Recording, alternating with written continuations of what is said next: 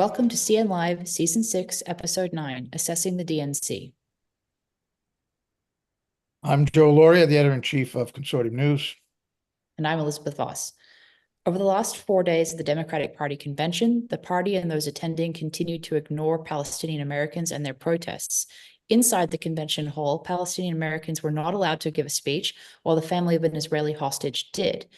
Outside the arena, attendees were seen physically covering their ears and mocking protesters who were broadcasting the names of Palestinian children killed in Gaza. The moment embodied Orwell in his novel 1984. Quote, "The party told you to reject the evidence of your eyes and ears. It was their final, most essential command." On Gaza, Biden argued in his speech that his administration is working for a ceasefire to end the war, ignoring the $20 billion and $3.5 billion arms deals for Israel just approved by his administration. It also ignored the fact that the party has declared itself beholden to Israel in its 2024 platform, which states that, quote, "The administration opposes any effort to unfairly single out and delegitimize Israel, including at the United Nations or through the boycott, divestment, and sanctions movement." Representative Alexandria Ocasio-Cortez and other speakers echoed similar nonsense about Biden and Harris working towards a ceasefire. She also used reproductive health care as a major talking point while ignoring the many decades in which Democrats failed to codify Roe v. Wade, which would have protected abortion rights for good. Biden made angry pronouncements like Ukraine is still free, never mind the hundreds of thousands of men thrown into the meat grinder of war. Michelle Obama argued that Democrats don't have to cheat their way into winning, despite the fact that Kamala Harris was selected as the nominee without winning a single vote to get there. We still don't have any policy from Harris's campaign, with less than 3 months until Election Day. Michelle Obama left out the 2016 party rigging against Bernie Sanders that left the Democrats open to defeat against Trump by unfairly nominating Hillary Clinton, events which triggered the DNC fraud lawsuit. Reports from the convention also described heavy security defending against pro-Palestinian protests. Our guests to speak about the convention and Kamala Harris's candidacy are Niko House, independent journalist and initiator of the 2016 DNC fraud lawsuit, and Margaret Kimberley, editor and senior columnist at the Black Agenda Report and author of the book Presidential: Black America and the Presidents. Margaret and Niko, thank you so much for joining us. Well, it's a pleasure being here. Can you both speak, at least briefly, to the party and its attendees, literally and figuratively covering their ears to the names of dead Palestinian children and the images that we saw of those attendees? I mean, literally walking out, holding their hands in their ears, multiple of them having the same reaction to those names.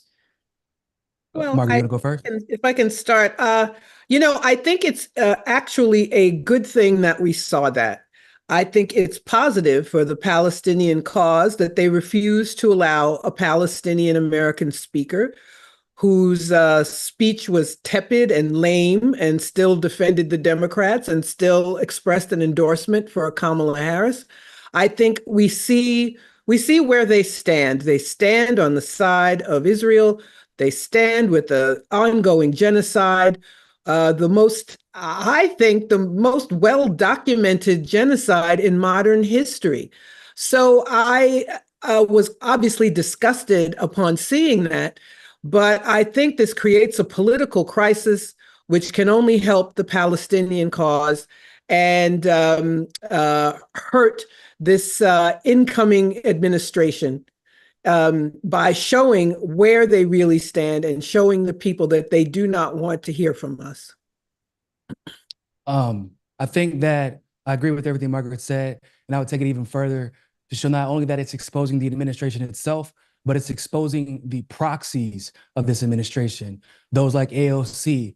As many people have probably seen, Ilhan Omar kind of subtweeted her in a recent speech where she said that you can't, in good conscience, say that you're trying to achieve a ceasefire, right? She said it's disgusting, actually, claiming that they're working around the clock to achieve a ceasefire. And then recently, I believe it was yesterday, she gave another speech saying if you're actually trying to achieve a ceasefire, then why are you sending weapons, right? And I think that we can we can try and explain to people not only about this issue of Palestine, but all the issues that have been discussed, or rather not discussed even at this convention. You look at the intentionality, right? They bring up the fact that Israeli hostages are still being kept by Hamas, and they allowed an Israeli family to go up there and speak, right? Because they had intentions on continuing to back Israel in that effort to bring the hostages back home. They claim they want a ceasefire partially because of the genocide that's happening in Palestine. So why didn't they let a Palestinian speak if they're acting in good faith? And that is actually what they want. Why didn't they allow a Palestinian to go up there and explain why a ceasefire is so necessary for the survival of the Palestinian people? Because they have no intention on keeping that promise. And so in a situation where genocide is literally on the line and they have zero intentions on even, on pretending that they're going to keep their word, which is really only their word about half of the time, because the other half of the time they're saying the opposite, but they're not even pretending to keep their word. They're not showing any effort. In fact, at the same time, they're saying they're pushing for a ceasefire. They're sending weapons. So, like, if that issue, which is so massive, can be just pushed to the sideline, they can lie so easily to their own base about it. Imagine everything else they're promising you. Exactly. It seems like the hypocrisy is so overt when you and AOC and others are saying over and over again that they're working around the clock for a ceasefire, but you're making $20 billion arms deals with Israel. I mean, it's mind-boggling, the overtness of it. Niko, you criticized Michelle Obama for her comments stating that the Democrats don't have to cheat. But can you explain in some more detail, going back to even 2016 and your role in the DNC fraud lawsuit, just how much of an outright lie that is from Michelle Obama? Yeah, it's an outright lie, and from the perspective of the DNC fraud lawsuit, they claim they didn't necessarily have to change the rules to cheat, but they could cheat all they wanted to, and there should be no consequences because it's their party. They should be able to run it. But the truth is, they did try to cheat. They cheated over and over and over again, from the Hillary Clinton victory fund scandal, the money laundering scandal, to outright corrupting voting machines. We saw the situation with Tim Canova, for example, where he ran for office and the supervisor of the elections literally threw the ballots away. And the only thing she got was a fine. And a lot of times it looks like the only way Democrats can win is if they cheat with the elections itself, or if they cheat their personal constituency. We can look at the Democratic Leadership Council, for example, where their whole goal in the 90s and late 80s, it was started by Bill Clinton, Hillary Clinton, and the like. It was, we're going to be more conservative than the conservatives because they got tired of getting their butts kicked by the Republicans, but we're going to pretend to be liberal. But in actuality, some of the most conservative policies of the 20th and 21st century got passed because of the Democrats.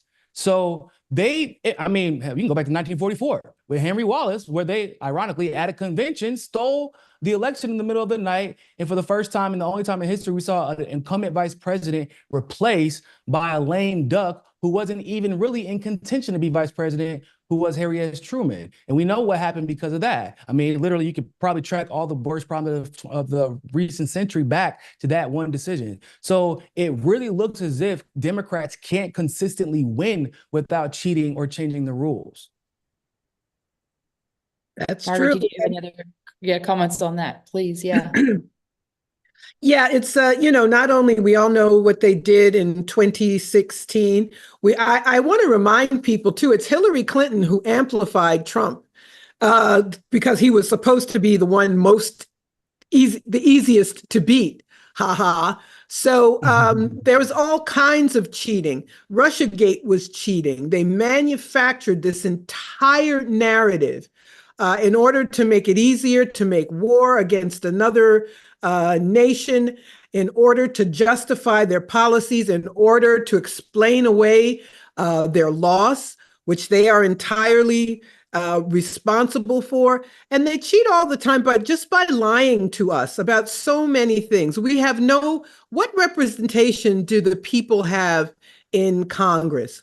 We don't have, if Netanyahu gets to speak to Congress 4 times, that tells you we don't have any representation. And I also, I'm reminded of what Niko said about the Clinton administration. Project 2025 just explains what Bill Clinton did when he got rid of the right to seek public assistance, the welfare so-called reform.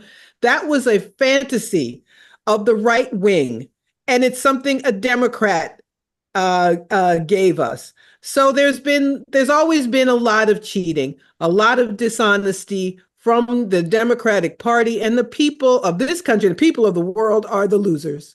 And if I could add really quick, we don't even have to go back to 2016 to 2020. We can look a few months ago, right? But this is the first election where we saw debates held before national conventions. That's never happened before. They literally changed the rules, even though at that point in time, RFK Jr. actually qualified for the debate stage by every metric that we had become familiar with. But because they decided to hold the debates before the convention, the invitation included this arbitrary rule that you had to be able to prove that you could actually win 270 electoral votes when the election came in November. The problem with that is RFK Jr. was in the middle of multiple lawsuits in states like New York, where he couldn't make the ballot. He did eventually make the New York ballot, but he can't make the ballot because the Democratic Party and Republican parties work together to keep him off the ballot. So at the bare minimum, they could keep him off the debate stage before that case finished up so that he couldn't make the debate stage. They literally have to change the rules so that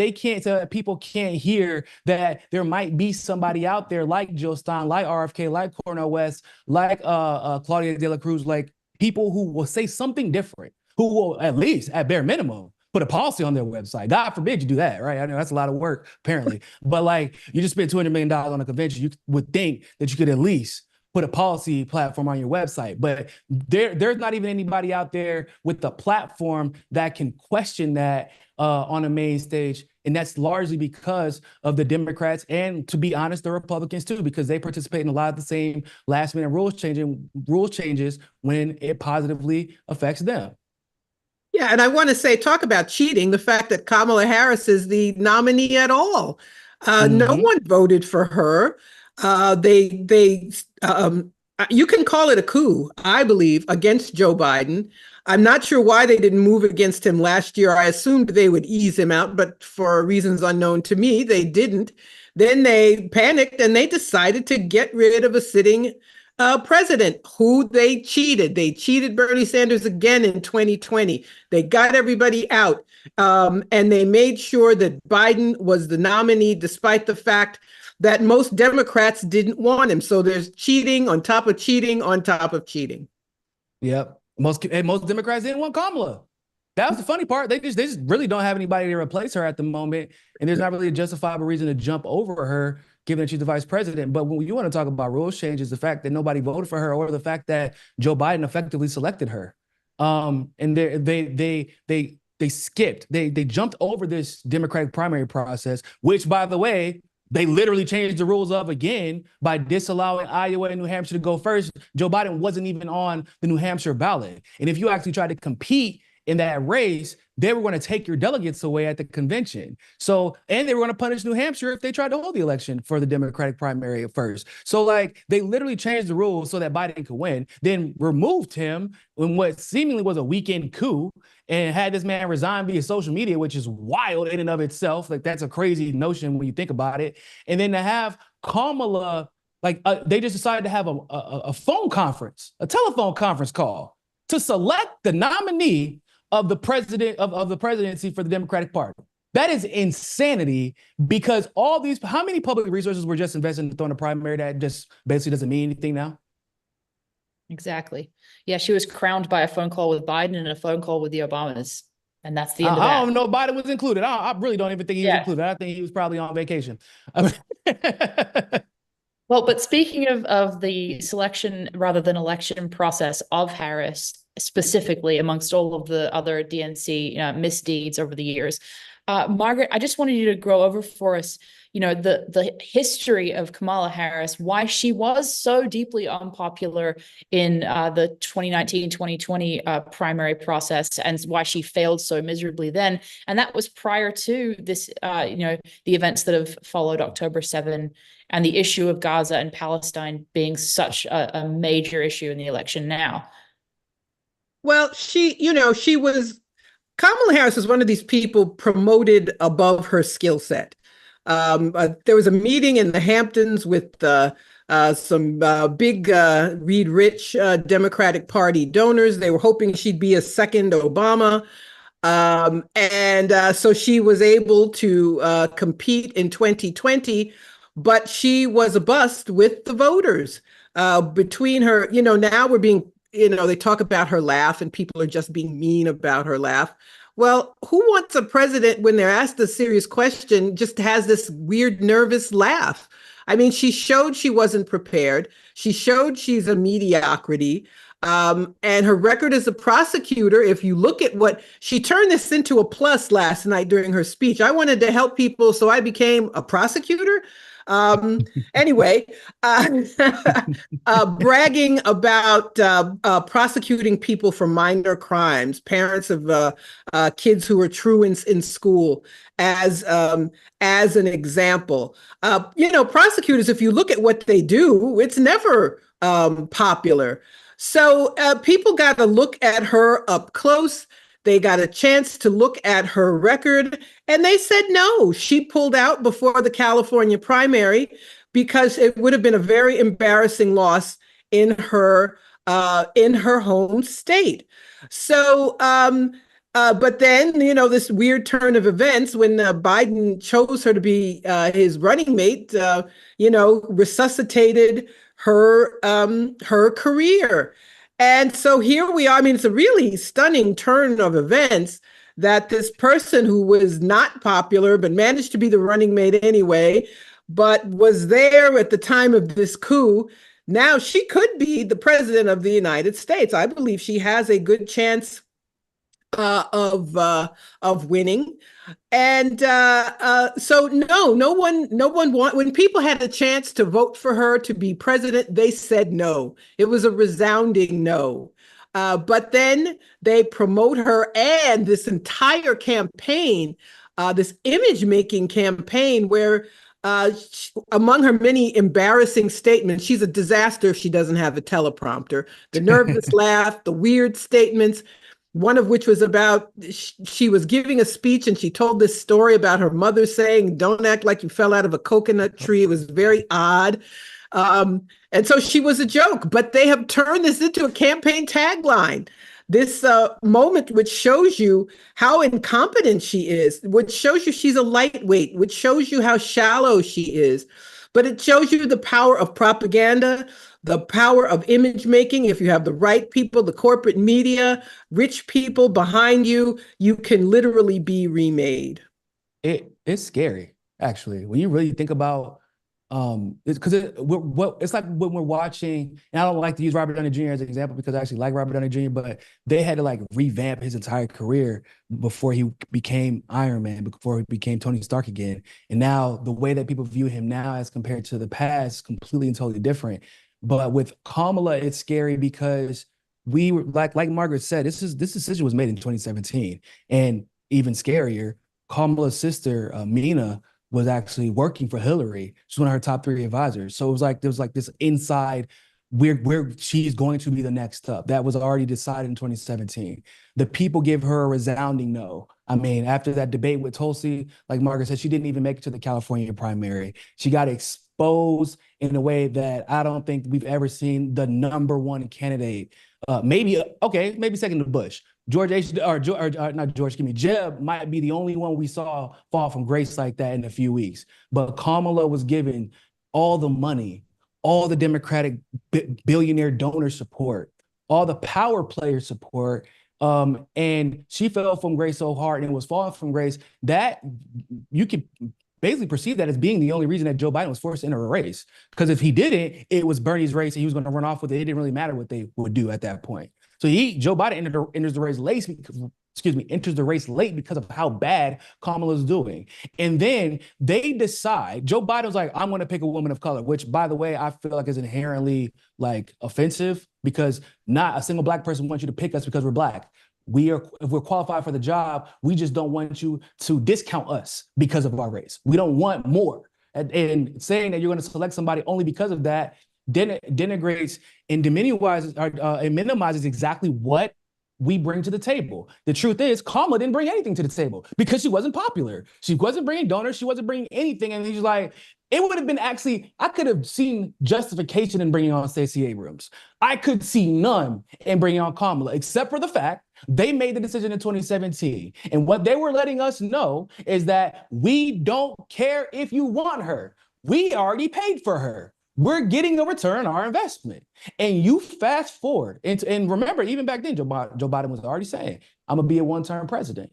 So you fast forward into 2024, and like Margaret said, because of just how circumstances have turned out and the fact that Trump seems to be running against himself sometimes, saying that Kamala is going to do things like support universal health care, we might actually have Kamala as president based off a decision that was made in 2017 by a few billionaires in the Hamptons and having almost nothing to do with decisions that were made with voters. That is terrifying. But it shows you how effective a good PR campaign is in the US. Absolutely. And I agree with your point completely about Trump running against himself when it comes to Kamala. I mean, his lines against Hillary Clinton in 2016, like Crooked Hillary, at least hit an authentic nerve because it was a true flaw of hers, clearly. But to call Kamala Harris, of all people, a communist or a Marxist, I mean, that's the most free advertising for the left. It's bizarre, and he's boxed into a corner because he can't go after her for her role as a prosecutor, which would be real and accurate, because he doesn't want to offend his base on the right, the pro-cop base. At the same time, he can't go after her for Gaza because he's the biggest Zionist in the room. So he's really trapped when it comes to attacking her. Yeah. The Democrats have gone so far to the right, they've given Trump nothing to oppose. So he just says silly things like he's better looking, or she's a communist, or I remember Nixon's price controls, which were serious price controls, but now that makes you her little tepid, phony price control proposal makes one a communist and exposes Trump's own flaws. I've always said about him, there's less to him than meets the eye. And he has this hold on. I might steal that one from you, Margaret. I might have to steal that one for you. Okay, that's fine. He has this hold on Republican voters. Actually, they're the ones who had the democratic process in choosing a nominee. But they chose this man who is so flawed in many ways, who won't even listen to other people, that he could have sewn it up. He gave this horrible, rambling, nonsensical speech. Every time he speaks, it's it's to his group of sycophants and no one else. So the Democrats have, for example, the border bill, which he told them not to pass. If he were smart, he would have told them to keep it. Then he could have said, the Democrats passed my bill. These were all my proposals. These were Republican proposals, but being Trump, he interceded and hurt himself. But the Democratic move to the right, I mean, it has this, evil genius quality. It does undercut Republicans, but it cheats the people who want Democrats to actually do the things that are important to them. I would make the argument it only undercuts some Republicans, right? Not the Mitch McConnells, not the Ted Cruz's. I did a show the other day where I was explaining. I'm like, if you look at for example, the 94 crime bill is a Republican's wet dream, and it couldn't get passed without a Democrat, right? The Patriot Act, Joe Biden bragged about participating in crafting the Patriot Act. He worked with Brett Kavanaugh to get that done. The Telecommunications Act of 94 or 96? 96? Y'all gotta remember, I was like 5 in 96, so excuse me. But if you look at a lot of the stuff that's been passed over the last couple of decades, it couldn't have been done without a Democrat either leading Clarence Thomas being the Supreme Court justice that he is right now. A Democrat was leading the way. And so when it comes to the Republicans, it seems like they're almost thirsty. No, it makes sense that you got like the Lincoln Project thirsty for a Democratic president. It makes sense that you have Republicans like Mitt Romney thirsty for a Democratic president, because he knows the real neoconservative agenda doesn't get passed under a Republican, because you got about 3 or 4, you got MSNBC, CNN, and all these liberal media outlets that are going to pay attention if a Republican is in power. But I said, even whenever they made the switch from Biden to Kamala, I said, well, there goes the Palestinian movement. Everybody's like, what do you mean? I said, oh, they're not going to talk about that. They're not allowed to talk about it anymore. It was okay whenever senile, demented Biden, who everybody kind of didn't like anyway, it was okay to throw him under the bus because no one really believed he had a chance to win against Trump anyway. But now that we have Kamala, it's a fresh start for fresh jobs. Everybody, because it's not just about Kamala Harris herself. People have to remember these elections, these campaigns, and even that person wins, that is a job ecosystem. And there are people who will protect their job no matter what. Totally. And as I said, it was embarrassing to talk about Biden if you're a progressive or a Democrat. Nobody wanted to say, amongst this genocide happening, I'm going to still vote for that guy. I mean, it was just not talked about. But as soon as they brought on, TYT got it right until they did it. And the moment that Kamala went, they're like, oh man, she's going to change up. She's going to be better. We're like, but she just literally said she's going to do the exact same thing as Biden's administration did. Why do y'all think she's going to? I don't know. I just got this hope. I just got this joy. There's joy. Well, she can push her left. She's, Biden was so incapacitated. He couldn't even do what politicians usually do very well, claim they're going to do one thing when they'll do something else. She's the one who can say, I'm going to stand by Israel's right to exist, but the poor Palestinians, and I'm working for a ceasefire, but the only ceasefire that matters is Israel being deprived of U.S. weapons, which she's not going to do. But politicians don't lie like they used to. It's almost offensive. They don't lie like they used to. I miss the good old days when the politician, they just knew like you weren't never going to find out the truth anyway, or by the time you find out it's going to be too late. But now we got politicians that tell you one lie on Tuesday, and on Tuesday night they done switched up everything they just said. Well, there's been a decline in the quality of U.S. politicians. I mean, the fact that Kamala Harris and Joe Biden and George W. Trump, it's like a race AOC. to the bottom. They're not as smart, and it's open. They're very open about the fact they're picking these mediocrities. And you're right too. They the clarity of where they stand. If you're paying just a little bit of attention, you can tell that you're being lied to. But there's also been a decline in the U.S. public and in critical thinking skills and in people being propagandized, especially, who is leading the censorship? It's the Democrats. Who are the, despite all their talk about fascism and whatnot, they are the ones taking the lead. So we're seeing this decline overall and how it plays out. And it's also, I think it's important to point out how much, even though Elon swears that he's anti-Democrat, calls them communists or whatever, or calls them the caricature of communism, the movement for what is it to the non-committed movement, the non-committed movement. Yeah. They got suspended yesterday after it was found out that they convinced Muslim women for Harrison Waltz to boycott the party and boycott the vote. Like Elon is literally doing the Democrats' work. So even whenever you have these fake Republicans who are basically just LARPing, right? They're just going. I feel like Elon puts on an act because his biggest competition actually right now, business-wise, is, funny enough, Trump. So he has to stay in his good graces because Truth Social is just as popular, if not more popular, for conservatives than Twitter is. So he has to continue to LARP from that right-wing base, but he's still pushing the Democrats' message, and you'll still see people pretending as if they're not seeing it. It's bizarre. I'm like, so y'all, like, he's complaining about Democrats, but then he keeps doing all these things that Democrats want. It's just y'all just are refusing to acknowledge it. They keep thinking that he has a beef with Biden. I'm like, that's crazy, because he's still cashing the Pentagon checks from the Biden administration. I heard them checks are still cashing. It's he has a better chance of keeping the Pentagon contracts with the Trump administration. How? I have not heard about one single hiccup with his contracts. If anything, he's increased the amount since, and even though he's been more vocal on Twitter about how much he dislikes the Biden administration. They're all working for the same damn team. And it's like the quality of the politicians, the quality of the billionaires, you can even make an argument. The quality of the propaganda has fallen. So you do have, I feel like, a little bit more radicalization than you've had in the past. And you don't need much of the population to be radicalized to get significant change. But now we are at a point, in my opinion, where independent media is more important than it's ever been, which is why they're expending so much energy trying to go after us.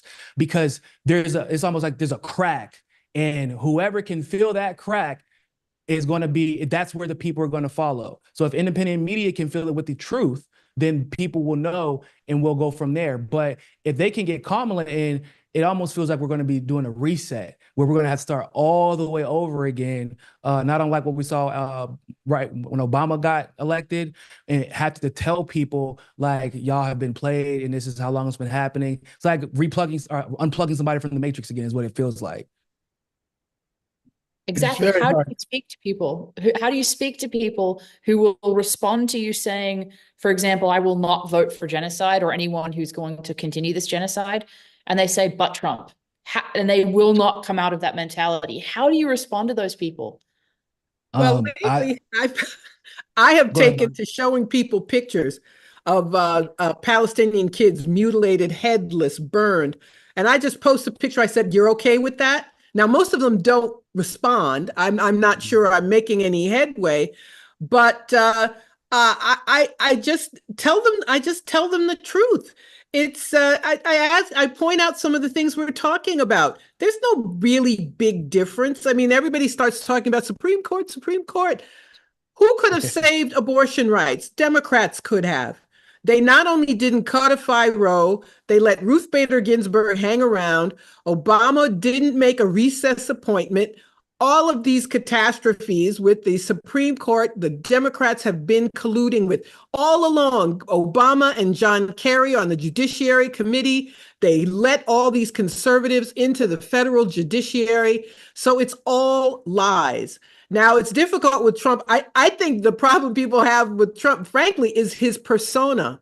Not so much that the policies are that different. It's just his persona, that he's this hateful, awful human being and doesn't try to hide it. But, Biden talked about being the first president who was on a picket line. They destroyed the rail workers' strike. They killed that strike. It was the Democrats who did it. And people, it can be hard because people don't want to hear this, but I say it anyway. And maybe it'll get through some of the time, but I think as individuals, we are obligated to tell people the truth. But if they're too far down that rabbit hole, perhaps they can't be saved. But I don't care. I'm going to say it anyway. Well, Margaret, it's not just Trump's persona. It's hers as well. I mean, let's face it, this is a giant personality contest on the level of an American high school class president. I cannot believe what I was watching in both conventions. I can't believe anybody could believe a word any of these people say, and they're all mediocrities, every single one of them that stood up there. How anyone could even believe this. So it comes down to the personalities. And of course, Trump's personality against Biden, at least Trump seems as his mind is still working. He looked alert, sharp, younger. Now, with this young woman, relatively younger woman, with full of energy, pure ambition, without an idea in her head about what she really wants to do. And the ambition, you could prove it when there was a piece in the Washington Post during that period where Biden was refusing to leave. I actually read that she was contacting people as possible VP candidates for her when Biden was definitely not going anywhere. She was already positioning herself to get this. It's only about the job for her. She has gotten so lucky. We have an expression in the Bronx where I grew up that she stepped in something and that she's just as lucky as can be, that she's where she is right now. And I think that because of her personality against his, she could certainly win this election. And, it also reminded me of a game show. I have to say, she seemed like a game show host when she said, I'm going to build 300 million new homes or whatever. And there's this shriek in the audience, like, you're going to win a new Chevrolet. It was a TV audience. And Oprah was there as well. That's not her thing, which is giving away a car. That's exactly, it's the most depressing thing. I'm as cynical as can be. I cannot take any of this seriously, except it's so goddamn serious when we're talking about Gaza and all these other issues. So do I have a question in this? First of all, she proved she can go to war as well as any man. I can tell you that right now. What she said about Ukraine last night and what she says about Gaza. I'm so disgusted. But my question, you said it already. You already answered it, Margaret. You think she could win this race if it's purely a personality contest? What do you think, Niko? So I found that it's crazy that the only serious thing she spoke about was war in her speech, because she said a whole lot of nothing last night. But it was basically, yeah, but we're gonna still bomb the hell out of Gaza, and yeah, we're gonna go even harder for Ukraine. It's like, oh wow, the first time you say something serious, it's like the worst possible thing you could say. Yeah. But people were cheering for her, so it's scary. I do believe that there's a possibility that she could win. But the math actually is not in her favor. So even though we've been seeing a lot of these polls come out where it shows like they have similar favorability, and of course she's even winning in some cases, or they're neck and neck, if you go to the states that she has to win, they're not looking favorable. So like in states like Michigan, I want to say Wisconsin was another one, Arizona, and even Georgia, for example, the states where you need to win those states if you want to get to that 270 threshold before Trump, like Trump is like rocking her in those states. So, and then there's the states that she's going to get anyway, so he's not even counting those. So they found themselves in a conundrum where you have to now, which is part of the reason why I truly believe they've worked so hard to work on this black angle for her, which by the way is utterly disgusting, but she has an upper middle class of liberal black people who are pushing this narrative for her. And it's partially because to win states like Georgia, and North Carolina, you have to have the bourgeoisie black on your side. But I don't know if it's going to be enough. So even though she might be a little bit closer in swing states, the states that she needs to flip again, like they did for Joe Biden, I don't see her really winning those states at the moment, unless she can pull out some type of Barack Obama miracle. And like, let's be completely honest, she's not Barack Obama, not even close. And Trump just needs to get the hell offline. Trump has been reading too much of his own supporters' tweets in the way that he's been speaking. Like, he needs to go touch grass. He needs to go speak to people outside of his own circle that are still considering voting for him. Like, there are a lot of RFK supporters who are on the fence right now because it's pretty clear he's probably about to drop out today, and that's largely because of the Democrats making him go bankrupt after suing him just to remain on the ballot. For him just to remain on the ballot. So he needs to go and talk to them, because none of them believe that Kamala Harris is the most leftist candidate, or excuse me, leftist congresswoman, leftist senator, more than Bernie. Because if that was the case in 2020, we would have saw it reflected in the voting and the donations. It was not, right? Because she was only a senator up until that point. She was only a senator for what, 4 years? So if that was the case, why didn't the votes reflect it? Why hasn't her support reflected it? Why is she the most unpopular vice president in the history of the world? Like, that's a fact. Why? It is because it's not true. He's quoting too much. He's drinking his own Kool-Aid, effectively, and he needs to stop. He sounds like just an angry old guy right now, whereas with Biden, he sounded like he was really had it together. More so, but with Biden and Hillary, yeah, he sounded like he understood the mission. He understood, at least for the most part, the foundation of the anger of the majority of the population of the U.S., even if they couldn't articulate it. And he didn't even do that good of a job articulating it, at least the solutions. So what you're saying is Kamala cannot appeal to those angry, deindustrialized Rust Belt. No, I don't think she can. I don't think she can. I don't think, just from the people I've talked to, I don't believe that she can. I think that they will vote Trump or sit out. Yes. Well, that's the issue. Who's going to sit out? Who's going to vote? Who's going to stay home? Are the Democrats, when Obama, I'm not an Obama fan at all, but he did twice. He had an amazing get out the vote effort. Are they going to try to? Hillary Clinton didn't do that. That's why Trump was able to eke out that electoral college victory. Are they going to have a get out the vote effort? Who's going to stay home? Who's really going to vote? Those are all, questions that have to be answered if we are to be able to talk about who has a real chance to win. And Trump always has more support than it looks like. So whatever the polls say about where Trump stands, you always have to add to it. But as we've seen before, we saw it in 2020 and in 2016, those states are all important. It doesn't matter what the overall polling is. What is it in Pennsylvania? What is it in Wisconsin? So she has a chance to win, but she's not a lock to win. So those are all the interesting things. But yeah, Trump's having his own meltdown. He just thought he was going to run against Biden. Excuse me, Biden would look, literally out of touch, like he didn't know where he was. And all he had to do was just be awake and say anything. And he compared favorably to Biden, but they got rid of him.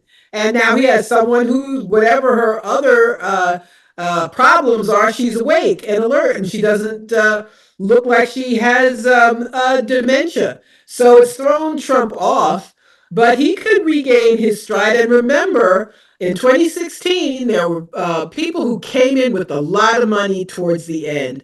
That whole summer, it looked like Hillary Clinton was the only one raising money. At the end, they came in big for him. And that is another thing that could happen again. Republicans are good at coalescing. If they truly feel Kamala Harris is a threat, I always say Republicans have a much easier job because their only job is to maintain the status quo. And it's a lot easier to coalesce behind maintaining what we all already got, at least as far as they're concerned. I do believe that it looks good for her right now, but I would push back on only one thing. It looks like Kamala does, is a candidate that can stay awake and is present, but it's also because they've been doing a much better job of hiding her. They've been doing a very, very good job of hiding her. People have been inquiring, even Ice Cube recently, we're going to have a real interview where she actually has to ask questions or answer questions off cuff, serious questions, difficult questions. One not where she's reacting to something that she got called out for, with her Palestinian thing. She's reacting to being called out and that having negative backlash. But whenever somebody asked her about healthcare, we still haven't really gotten a straight answer from her. Whenever she talks about reproductive rights, I don't know what the hell she's talking about because she doesn't have any control over that. And I still don't understand why they keep bringing this up. That should be the reason why you decide whether or not you're going to vote for Kamala. But when that debate happens, one of them or both of them are going to be exposed. Because like Margaret said, the Democrats have gone so right, it's hard for Trump to criticize them. So either they're going to have to be like, nah, we don't do open borders. We've actually given we've given ICE more money than you did, bruh. People gonna be like, excuse me, I didn't know that was the case. Or Trump is gonna have to admit that that's the case and that he didn't give ICE as much as Kamala did. It's gonna be, for lack of a better phrase, it's gonna be a shit show. But it's gonna be whose hypocrisy gets exposed the most. And I believe that if they're going to be going off the cuff, which most debates generally are, Trump is going to probably shine through because Kamala is just awkward and doesn't know she's a prosecutor. She's used to saying whatever she feels like saying, and you have to deal with it. And that's but that's not how Trump's a businessman. He doesn't mind going back and forth. And whenever people thought that Hillary was going to have a 99% chance of winning, that difference really was whenever they got on that debate stage together and Hillary started unraveling when she found somebody who had just as big of an ego as she did. And I think too that, as you were saying, Kamala's been hidden not only from interviews since she became the nominee, but she's been protected by Biden's long and slow descent into senility. She's been protected from the entire primary process and from the scrutiny of a normal election process at all. So it's now, 2.5 months until Election Day, and we're only now really reacting to her and allowing people to get an idea of who she is. So yeah, I think hidden is definitely the right phrase. And it's just a question of whether or not people will see enough of her to get an accurate idea of what she actually thinks, the mistakes she may make, whether or not she's allowed to speak at all. That's the real question, I think, as to whether she'll do well or not. They'll hide her. That's what it seems like, right? I found it a little bit bizarre that she hadn't really come. I'm like, damn, let me think about an interview that she had before this convention, to hype up the convention. Even the New York Times, the Time magazine did a puff piece on her that she refused to participate in, and they still published it. Yeah, it's bizarre. And then I listened to her speech, right? And I'm like, oh, this is why. because it was variations of the same phrase everybody makes fun of, being unburdened by what has been. That is basically what she said for about 30, 45 minutes. And I did not know, once again, this is a $200 million convention, everybody. And they just raised $200 million for Kamala, which is crazy. So basically, they just spent it all at a big ass coordination, a big party for Kamala.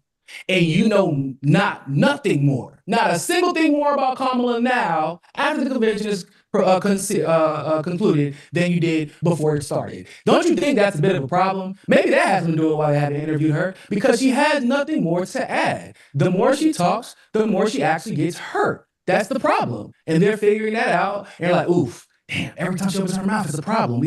So what we're going to do is we're going to control every single interaction that we can control up to the debates. And we're going to hopefully let Trump keep tripping over himself, because, Trump likes to talk too much. Just keep it personality, not policy. But I think Bernie Sanders, I want to say something about his performance. He saw an opening there. He said some interesting things.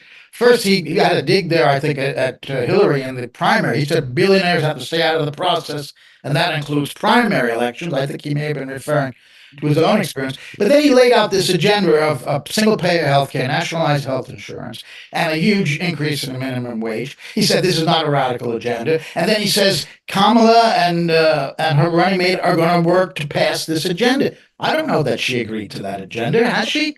Margaret? He certainly did. He said that she's going to work on the pass this agenda. What is her agenda? That's the question. Well, I guess he was trying to pressure her, but the problem with Bernie is, at the end of the day, whatever he says, he's a company guy, and he will support her, speak for her. And so I kind of appreciate what he said, but he's not going to fight for it.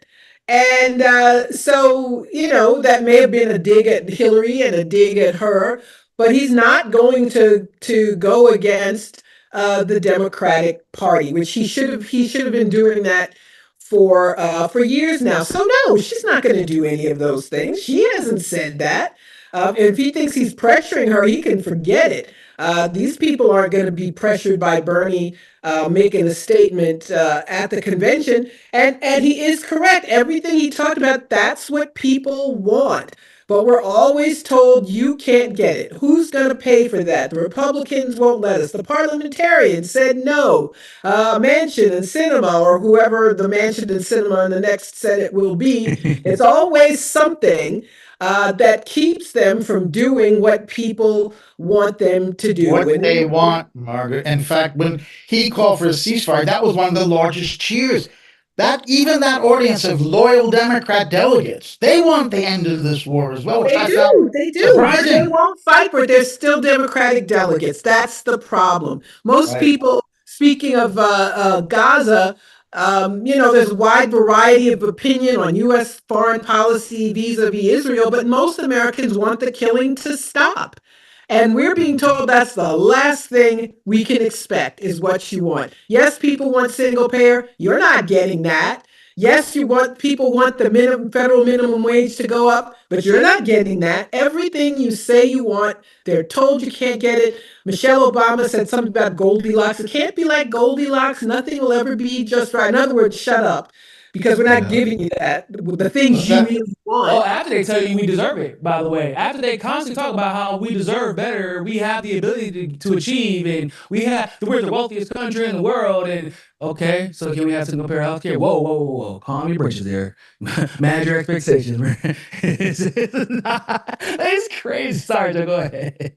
No, I was just going to say, during the 2020 debate, primary debate, Bernie laid out why in Denmark they have this, or in Norway, the whole of Europe has a national health. So why can't we have it? And Biden turned to him and put his chest out and said, because we're the United States of America. That was his answer for why we in the United States cannot have what almost all the United States. What does that mean? It means that we are greedy. We believe in making people suffer. We're the United States of America. Is that what he was saying? I mean, this is the kind of empty response. I think Biden, he's asked anything. It's 60 Minutes had a not very tough interview with him, and instead of saying, why are you fighting Russia and China, they said, can we fight Russia and China simultaneously? And Biden says, why, yes, because we're the United States. And so that is where we are. where, you know, we go from mediocrity to mediocrity. Biden was always a tough on crime guy. He was always one of the more conservative Democrats, which is why Obama chose him, because Obama was allegedly a progressive. They had to balance the ticket with someone who was openly on the right wing of the party for decades. And it's crazy because he says we can't have healthcare like Denmark or Norway or whatever because we're the U.S. We're also spending more on healthcare than all of them for some reason, and I don't even understand how that works. How we spend so much more on healthcare as a government, but everybody still has healthcare premiums and deductibles, and prescription drugs are crazy. I mean, I live in Brazil, and it's some of the best healthcare I've ever seen, and it's free, and they actually managed to have a system where you can have some parts of that healthcare be private if you choose, and you still don't have huge wait times. You still have doctors. You still have, like, when my child was born, it was free. We didn't pay for anything, which is crazy. Now you just assume you're going to debt the moment you decide to have a baby in the U.S. There is no legitimate reason as to why we cannot have these things, and that's what's crazy to me, is that there is no reason other than the fact that if you have these, what they would refer to as luxuries, but what most of us refer to as rights, you have these rights, then you actually will have some cushion to pursue certain dreams, pursue college, pursue careers, have freedom to educate yourself in a way that about things that you may not have educated yourself about before, and you might succeed. And with that success, you become competition, and then you start having certain expectations, and then the ball, it just, everything rolls downhill from there. And the elites don't have the same position, because that's effectively what people in those other nations do, is they use the opportunity to not have to worry about paying for healthcare. They invest that money in other ways. They travel abroad. They expand their horizons, and that's what could happen in the U.S. But if you allow U.S. citizens to do that with all the privilege that we already have, then that becomes a problem for the elites. And so we have the money to do all of that, and they're just saying, yeah, but no, we could, but no, but we're already paying for it. Yeah, but nah. But austerity is their ideology. They want the people to suffer. They want you to have a low wage. They want you to depend on being employed in order to have health care. They want us to suffer. That is their ideology. They want people to be poor and beaten down. That is what helps them to have a population that lives under precarity. That's their goal. That's what they want. So no, they don't want you to have health care or not be in, I mean, to be in certain professions that you have to be in debt for hundreds of thousands of dollars. They want that because you can't worry about your debt and be an activist. So they want us to be beaten down. That is the goal, and it is a bipartisan one. And it ensures the profits of their donors. Let's face it. That's really who they're answering. But with minimum wage is weird, because that actually, so giving the consumer buyer power actually increases competition, which would actually depress prices. It wouldn't inflate them. And people seem to be under this idea that giving the consumer more buying power actually would increase inflation. And I'm like, no, because now I don't have to shop at Walmart. I can choose to shop at the small business. If the small business, and if the people have more money to spend to small businesses, that means the small businesses can employ more people, and those people are obviously making a certain wage, et cetera, et cetera. But that is when I realized, I'm like, oh no, they really don't want anybody to have opportunity. That's what it's really about, because they don't want another small business to end up becoming a Walmart or have the ability to take business away from Walmart. Walmart wants to be able to do whatever it wants to, cheat however they have to, skate by however they choose to, and not face economic consequences or business consequences because of it. And when you have monopolies like what we've seen with Walmart and McDonald's of the world, Microsoft and others, especially recently with Microsoft, when you don't have competition, you can pay people however you want to, and you know that there's not anybody who's ever going to have the ability to be on the same level as you. So you can treat people and treat business and go about your business how you choose to. It's also called the economic draft for a reason, because if you're facing potential medical debt, if you're facing student debt, what is your way out? Your way out is the military. And so that feeds the military industrial complex without having them to openly conscript people. But I wanted to bring the discussion back a little bit to the Kamala Harris campaign and that branding that Margaret mentioned earlier, that buzzword joy, and what that does to the body politic and the public consciousness psychologically, to have that be the branding for your candidate when she's not only when she's of the party that is currently enabling and facilitating Israel's genocide against Palestinians in Gaza, but also when she's the second in command in the current administration, with an effectively senile president who was so unable to operate that he had to drop out of the race. So what is that doing to us to have that kind of double reality going at the same time? It's like being drugged.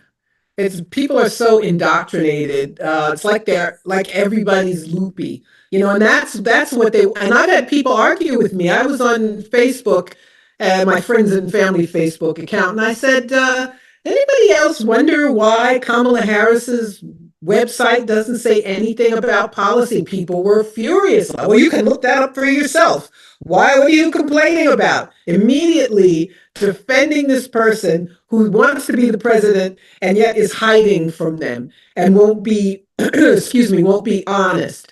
So we have a population, and it's worked. It's very sad. There are people who will argue, liberals love to say Republicans, voters, they vote against their own self-interest. That's Democrats too.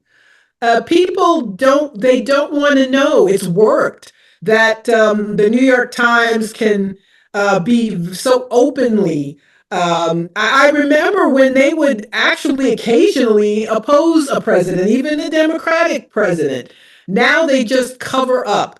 And so you have corporate media covering up. But Trump, but Trump, but Trump. Then you have that. Nothing else matters except keeping this man out because he has, bad makeup and an orange face and, talks about grabbing women by their lady bits. That's all. So it's worked on the people. We have a dumbed down population. Even people who are well educated, they're just as dumb as the so-called low information voters. The people I know, they went to all the best schools. They're just as stupid. And they are just as happy to be fooled. They don't want you to tell them the truth. People get angry with you if you do, but we have to do it anyway. So that's where we are. It's very sad, I know, but we have to say what our situation is. Yeah, you can make an argument that the most educated are the dumbest. In my experience, I graduated from UNC, and some of the people that will argue with me, I'm a fan of the Socratic method. Whenever somebody says, like, oh, why does it matter if she has a platform? You can go look it up yourself. I said, well, yeah, but why should I have to? I mean, she's running for president. She just raised $200 million. She couldn't find a programmer and a policy person to put her policies on the website. She hasn't found the time to do that. How the hell is she gonna find time to run the free world? Please explain this to me. Well, so you're gonna vote for Trump? I never said that. I just want to know why I should vote for Kamala. That's all I asked. And well, the other option is Trump. Well, that's not the only other option. There are several options. And they can never really answer your question, which makes them even more mad because they're kind of figuring out in real time that they're being duped. And they're probably realizing that they should be more upset. And you just asking the question triggers something visceral inside them where they're like, why? Yeah, well, it's true. Why am I voting for them? Well, I can't wrestle with that right now. I'm just going to focus on Trump because my little friend group, right, depends on it. I don't want to be the awkward person in my friend group. I don't want to be the awkward person in the workplace. I don't want to be the awkward person amongst my colleagues. Like, they don't want the social consequences that come with doing the right thing. Because there are social consequences, which that aspect doesn't really get discussed. But in reality, there is social consequences to just doing the right thing, right? We saw how quick everybody flipped. Once again, whenever Biden was in power, it was cool to talk about Gaza. Now that Kamala is going to take over, all of them, everybody you expect, limousine liberals, right, the latte leftists, they all flipped almost immediately. And there was nothing that had suggested that she was going to be better on Palestine. But it's because there are legitimate social consequences that could affect your bottom line, and people are trying to avoid them. Yeah, nobody wants to be the outlier. It's hard to be the outlier. I mean, I thought I would never go through anything as bad as living through Obama running in 2008. But I was wrong about that. I'm living through something similar right now. It's difficult with family and friends for people to say to you, well, she doesn't have to tell us what she's going to do, or so that's hard work. So people don't like, the cognitive dissonance it's hard. Nobody wants to go through that. And when you bring up these inconvenient truths, then you're the one on the outside. And then you become the target because I was doing fine. I felt good. And here you are pointing out things about Kamala Harris, saying she ought to have a policy on her website. So that's where we are this is decades of indoctrination of the public, and we see it has succeeded. That people of every stripe argue against their own interests. And there's something else that is not talked about, how Biden has brought the U.S. to the brink of war with other nuclear nations, that they are insistent on the Ukraine project, on trying to, China can't have, what did she say in her speech? U.S. will lead in technology, not China, which is a lie. China already leads in technology, and everything the U.S. does to try to hurt China ends up hurting the U.S., but no one talks about the fact that the U.S. has weaseled out of every nuclear treaty for the last 20 years, but insists on being hostile to Russia. And this is something that doesn't come up in conversation. The media doesn't talk about it. Obviously, the candidates don't talk about it. But if you mention it, then, you're a fear-mongering Trump lover. Exactly. And you don't want reproductive rights for women. You don't want human rights or social justice, even though you're the one that is not ignoring what is being done to human beings in Gaza. It's horrifying. And I mean, just on reproductive rights too, people don't talk about the fact that the Democrats, again, never codified Roe v. Wade. They've had supermajorities. They've had opportunities to do this multiple times over the years. And why didn't they? So that they can differentiate themselves from Republicans and fearmonger people into saying we're the only ones that will protect you. It's a horrifying use of fake leverage on the population. And Republicans could have also codified it when they've had majorities. That's what's funny too. How they keep trying to, the Democrats want to kill babies. Okay, why you keep letting them? Just use legislature when you have it, because they've had it. They've had it under Trump and chose not to do anything about it. Because you had Manchin on your side on top of that. So you could have gotten it done, and they chose not to. So they play the same game, but it is frustrating because, and I know some people that would probably consider themselves libertarian that feel the same way about Trump. They're like, I'm treated like a pariah because I'm not going to support somebody who won't just say I'm not going to support genocide. Just say it and be consistent on that fact, or flip flops as much as Trump does, especially over the last several weeks. Or the situation with Kamala, like what we have, I would say probably being black does add an extra layer to it, because they treat you as if you're kicking somebody out the family. Like, wow, why would you talk about this? I'm like, I don't know her. We're not friends. I don't know anything about her. In fact, she probably had a lot to do with a lot of the problems that my family, specifically in California, in the Bay Area, have dealt with over the last several decades. So, including the housing crisis. So it's frustrating when you're trying to do, like, I'm telling them, family members, friends, whatever, I'm like, bro, I'm trying to help you out. You know what I'm saying? Like, I'm gonna be okay, but I'm trying to help you out. And instead of just accepting this, you're upset with me for educating you about what's happening and the choices that you're making. And but that's what happens when you got people in a psychologically abusive relationship, right? That always happens.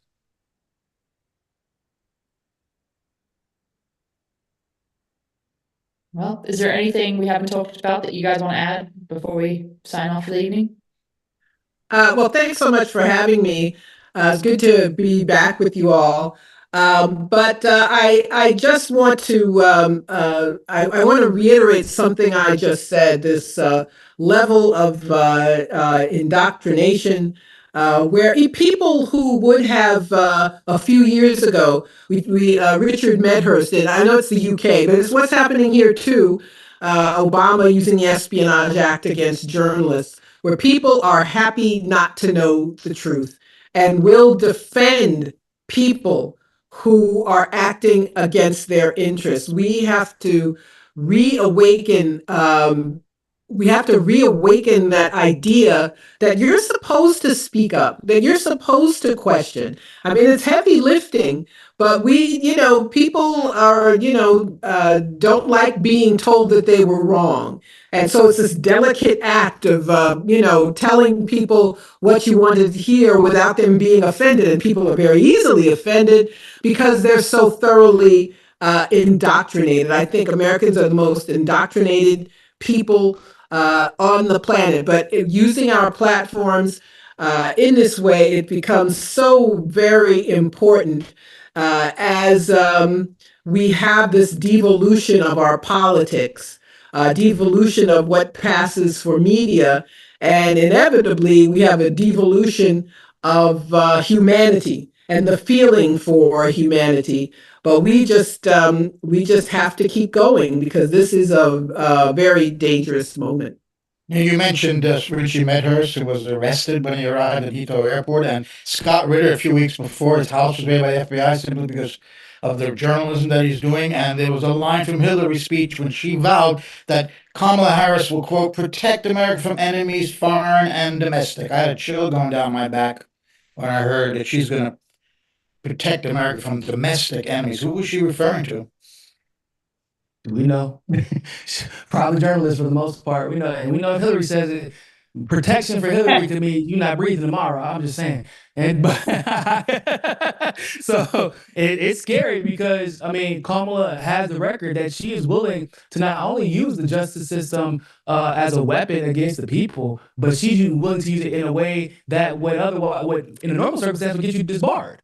But, for Kamala, she's become vice president of the United States and could potentially become the president of the United States because she's shown that she's willing to play the game. But I agree, this is a very dangerous moment, and it's why we have to keep speaking truth to power. And it is a balancing act. It's because, especially when you're going back and forth on social media, because it's that public display, right? If you're educating somebody publicly on something they didn't know about, their ego gets offended. And it's really the defense of their ego that's causing the conflict more so than the argumentation of the information. And so it is always a balancing act. But I really, when it comes to Palestine, I really don't even care. Like, if your ego's offended, well, get over it, because dead kids. I'm not pulling the balancing. That's what it comes to. That's what it comes down to with Kamala and Trump both. Like, and RFK, at one point I was considering him until his stance on Israel. Like, no, I don't understand how genocide is not a red line. That should be the red line. If genocide isn't the red line, I don't know what the hell could be at that point. And that's what we're finding out about a lot of the American people is partially how selfish they are, right? We're finding that out, how selfish some people can be. It's a bizarre selfishness because, like Margaret said, it's a selfishness that isn't even in their own self-interest. It's bizarre, but that's where we're at. But as far as I'm concerned, I do think a lot of voters will sit out as well. Because of the same concern. If you even wink at genocide, that's it. I can't support you. It got to stop at some point, but it ain't gonna continue with me.